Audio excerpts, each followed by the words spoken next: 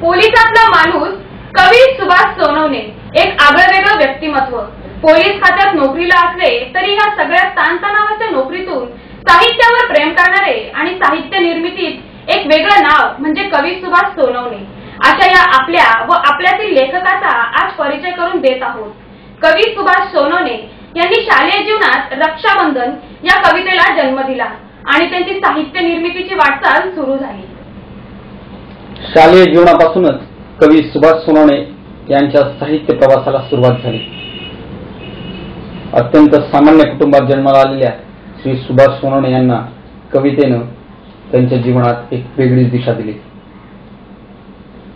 अहमदनगर आकाशवाणी अनेक विषयावर काव्य वाचन, त्याचप्रमाणे अनेक महाविद्यालये, हायस्कूल, विविध ठिकाणी व्यसनमुक्ती, शिष्टाचार, अध्यात्म तसेच पोलीस व समाज या विषयावर व्याख्याने व काव्य वाचने त्यांचे नेहमीच होत असतात। काव्य सादरीकरण कार्यक्रमातही त्यांचा ठिकठिकाणी सहभाग असतो। तसेच विविध दिवाळी अंकातून, मासिकांतून त्यांची कथा व काव्यलेखन अविहातपणे चालूच आहे। त्यांचं नुकतंच व्यथित सावल्या हा काव्यसंग्रह डिसेंबर 2002 साली प्रकाशित झाला। त्यांना महात्मा फुले फेलोशिप अवॉर्ड्स, नवी दिल्लीचा पुरस्कारही प्राप्त झाला आहे। तसेच संत रविदास हा भारतीय विकास आघाडी गट युनियन मुंबई यांचाही पुरस्कार मिळाला आहे। महाराष्ट्र शाही परिषद अहमदनगर यांच्या वतीनं राजश्री शाहू महाराज या पुरस्कारानेही त्यांना सन्मानित करण्यात आला आहे।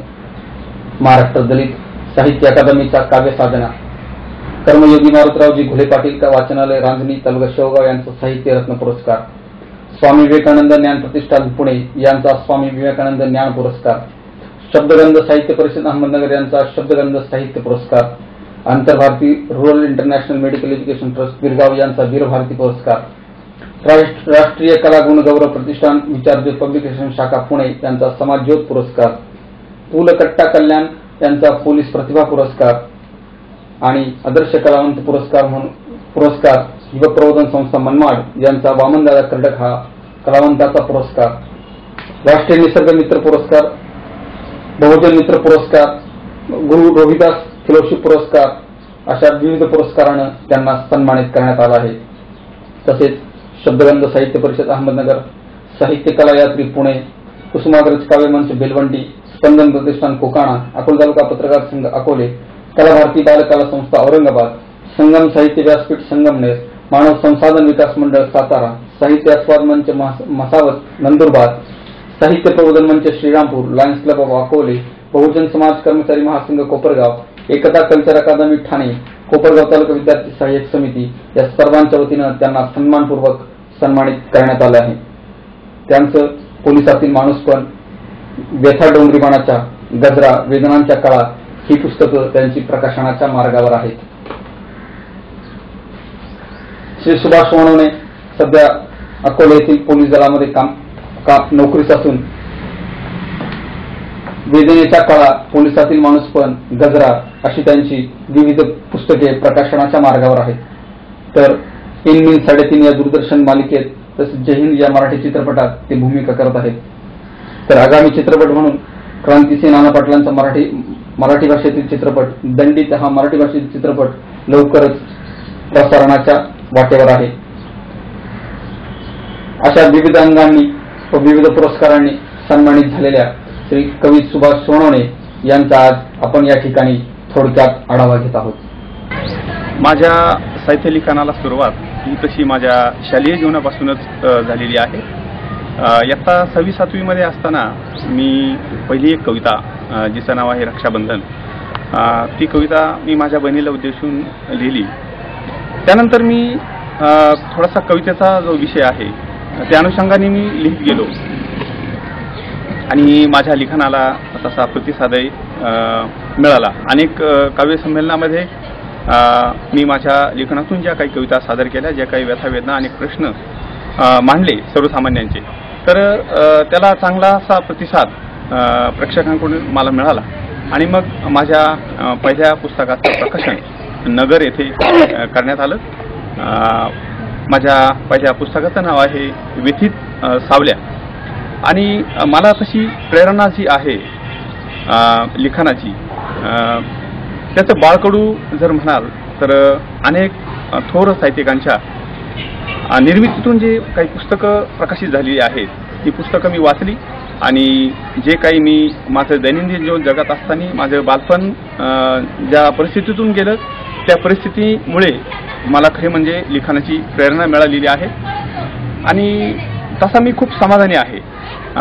लिखाणामुळे एक आत्मिक समाधान ज्याला म्हणतात ते मला लाभलेलं आहे आणि माझी जी आता सध्याची जी लिखाणाची संकल्पना आहे तर त्यामध्ये वेदनांच्या काळा नावाचं माझं कथासंग्रह प्रकाशनाच्या मार्गावर आहे. तसंच मी ज्या खात्यामध्ये नोकरी करतोय पोलीस खात्यामध्ये तर पोलिसातील माणूसपण हे पुस्तक माझं प्रकाशनाच्या मार्गावर आहे आणि आतापर्यंत माझं एकच पुस्तक प्रकाशित झालेलं आहे. वेदनांच्या काळा आणि पोलिसातील माणूसपण आणि गजरा नावाचं एक कथासंग्रह हे माझ्या म्हणजे प्रकाशनाच्या मार्गावरील पुस्तकं आहेत. जेव्हा जेव्हा मी पुस्तकं वाचतो अनेक प्रकारचे तर त्यामध्ये जी जुनी लेखनशैली आणि नवीन लेखनशैली यामधला फरक थोडासा मनाला जाणवतो. जुन्या लेखनशैलीमध्ये खरं तर विसा खांडेकर, अण्णाभाऊ साठे, च.वी. जोशी इतर जे काही लेखक आहेत जे दलित लिखाण आहेत किंवा इतर अनुषंगाने लिहिलेलं जे लिखाण आहे तर ते जुनं लिखाण थोडंसं अंतर्मनाला भिजून चाटून जातं आणि एक संवेदना जागृत करण्याचा प्रयत्न ते जुनं लेखन करतं असं मला वाटतं. अलीकडे जे लेखक लिहितात तसं ग्रामीण भागातील ज्या वेदना, जे दुःख, ज्या जाणीवा ते पाहिजे तसं 4-2 लेखक सोडले तर कोणी मांडत नाही. तर तेच ते शहरातील सुखदायी लोकांचं जीवन, त्यांचे प्रेमाचे प्रसंग, त्यांचे जीवभार्या वगैरे किंवा इतर काही चैनीच्या ज्या काही गोष्टी असतात त्या गुंफण्याचा प्रयत्न या लिखाणामध्ये करतात.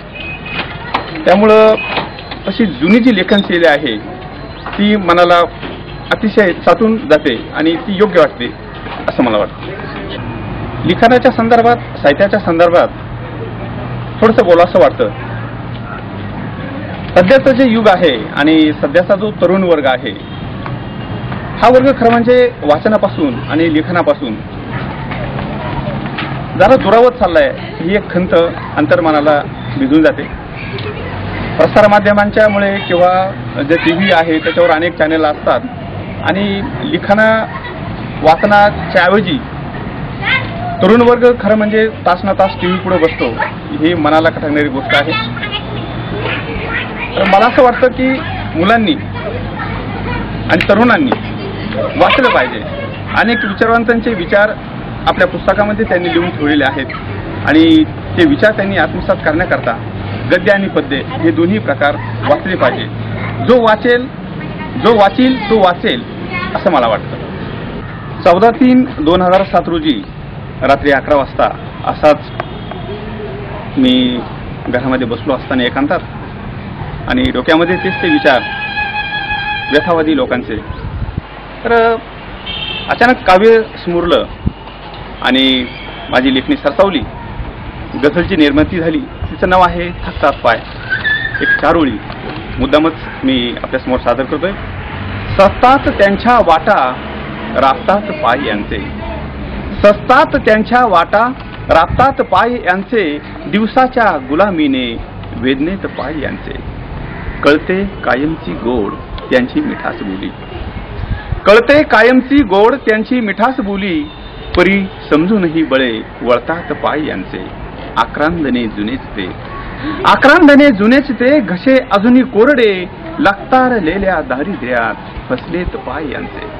वाट एकही न जाते त्यांच्या सोबतीने, वाट एकही न जाते त्यांच्या सोबतीने, परी बोचती काटे रुसतात पाय यांचे. नवगाव चैत्र पालवी नजरेत स्वप्नाळ लिहिली, नवगाव चैत्र पालवी नजरेत स्वप्नाळ लिहिली, शोधित शिराळ सावल्या चटकती पाय यांचे. व्यथित असं जिनं मिळतं गुलामीत त्यांना, व्यथित असं जिनं मिळतं गुलामीत त्यांना, आबोलमक्या वेदनांनी थकतात पाय यांचे. सस्तात त्यांच्या वाटा राबतात पाय यांचे, दिवसाच्या गुलामीने वेदनेत पाय यांचे, वेदनेत पाय यांचे. धन्यवाद. आज आज दिनांकनी माझी जी मुलाखत घेतलेली आहे ते निश्चितच लोकांपर्यंत पोहोचेल आणि माझा शेवटचा संदेश जो वाचील तो वाचेल हा खरं तर आज दिनांकमुळे लोकांपर्यंत जाईल. मी आज दिनांकला धन्यवाद देतो आणि त्यांना श्रीरची चिंतितो.